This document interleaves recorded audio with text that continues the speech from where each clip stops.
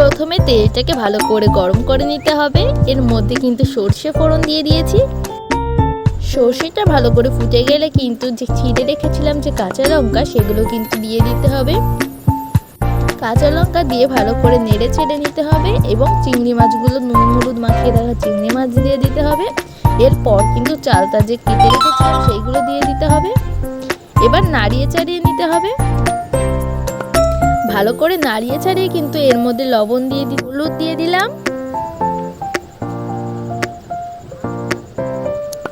এরপর কিন্তু আবারও ভালো করে নেড়ে চেড়ে নিতে হবে এবং জল ঢেলে দিতে হবে। এবার কিন্তু ভালো করে ফুটতে দিতে হবে, তার জন্য ঢাকা দিয়ে দিচ্ছি।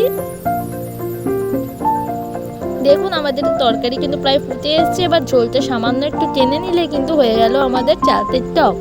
এরকমভাবে কিন্তু ঘরোয়া পদ্ধতির চালতের টক একবার অন্তত রান্না করে দেখবেন, খেতে কিন্তু খুবই ভালো লাগে। আমাদের আজকের রেসিপি